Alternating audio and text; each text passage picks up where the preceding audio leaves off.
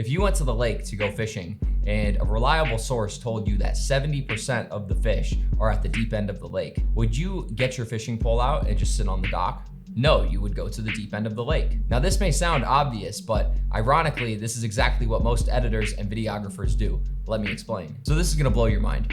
In the US, the top 10% of wealthiest people own 70% of all the wealth. 70% of the money is owned by 10% of people, which is about 33 million people. And by the way, you only need to work with 3 to 5 of those 33 million, but we'll get to that in a second. But here's where it gets worse. A lot of you aren't targeting the top 10%, but you're also not even targeting the mid-range of 50 to 89%. You're intentionally targeting the bottom 50% because you think it's more realistic to work with these people. But guess how much wealth the bottom 50% controls? It's about 2%, 2 to 3%.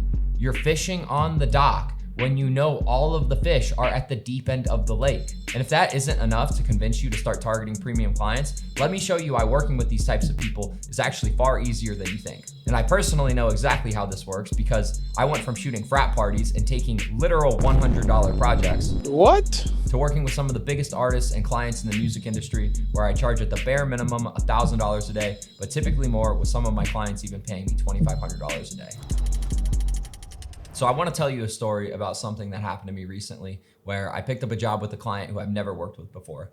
And I was hesitant to take the job at first simply because I knew deep down that this client couldn't afford me, or they shouldn't spend their money with me. They should spend their money with someone else who's cheaper.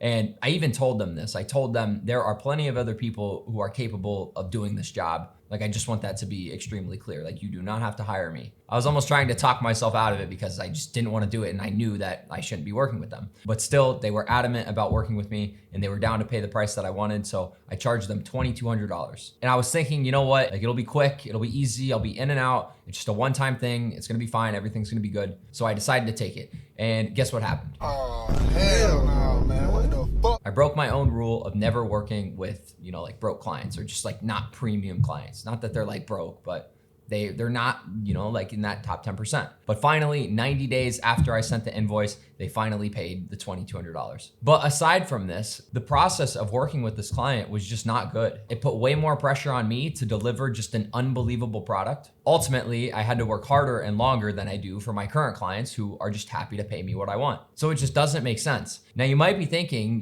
just suck it up. It's $2,200 extra dollars that you have now that you wouldn't have had. And believe me, I understand this mentality of, chase the bag, but I've been doing this long enough to tell you that chasing the bag with poor clients is the #1 way to just ruin everything. Bad clients are like an infectious disease. They pay you like trash. They have a ton of requests. They blow up your phone. They expect $5,000 results with a $500 budget, which just makes you feel like shit. And you're like, bro, am I even good? Which kills your confidence to charge high prices with clients who will happily pay you those high prices. So it's just terrible. It's just simply not worth it unless you are brand new to this game and you just do what you have to do and work your way up. That's just, how it goes sometimes. Real quick, guys, if you want to work directly with me to land premium clients, I just launched something new. It's pretty sick. First link in the description, check it out. Just because someone can pay you does not mean that they should. Let me repeat that. Just because someone can pay you does not mean that they should. There are hundreds of millions of people who can pay you, but only about 33 million of them who should. And that 33 is that top 10% that I mentioned at the beginning of the video, which is also just in the US. So globally, it's way more than that. So you need to stop thinking like an Uber driver where you just accept every ride, and you need to start being selective with who you work with. This may mean saying no to money right now that you are available to take.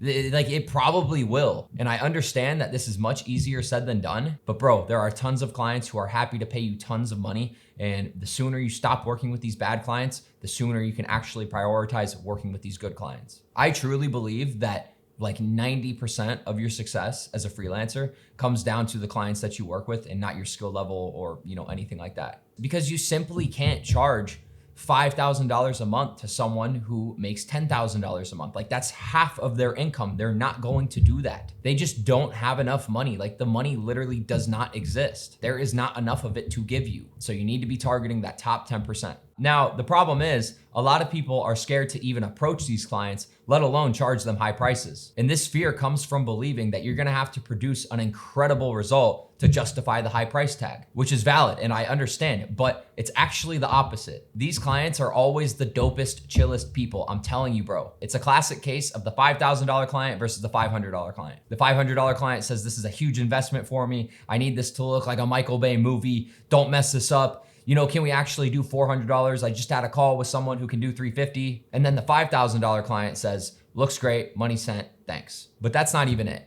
When you target premium clients, premium pricing is not just possible, it's expected. If you quote them a low number, they're gonna be confused and like, what? And they're gonna lose confidence that you're like actually the guy. They're gonna think that it's like, oh, this guy only charges this much, like he must be trash actually. In other words, deep down, they want and expect you to charge them high prices. But there's still more. When you target really premium clients, like very premium clients, like the top 1%, you're likely going to talk to a marketing director or like a creative director. And when you negotiate with these clients, you have a massive advantage because the money that they pay you is not directly tied to their own income. Like they are literally paying you on a business credit card. It's money that they have never personally touched. It is not their money. It is company funds. This means that they have a very high risk tolerance. In other words, they're down to take larger financial risks. Whereas a smaller business or brand has a much lower risk tolerance because the money that they pay you often is directly tied to their own income. Like, do you see what I mean? Hopefully that makes sense, but like this is low key the secret sauce that no one talks about. Also, I don't think some of you guys understand that some of these bigger businesses and brands have literal line items in their quarterly budget that says, like, we need to spend X dollars on X thing. Like, bro, they need to and are actively looking to spend this money. You just need to be the one who goes in to pick it up. I'm telling you, bro, premium clients are 1,000 times easier to work with. They understand your expertise. They respect your expertise. They don't blow up your phone. They don't ask for endless revisions. They stay with you for years and not months and like 1,000 other things, but I think you get the point. So hopefully I convinced you to stop working with poor, terrible clients. But in the case you're thinking, you know, like, Justin, I don't know if I'm actually capable of like working with these types of people, go watch this video right here where I talk about the 3 things that you actually need to be able to demand these premium clients. That's it. Thanks guys. Peace.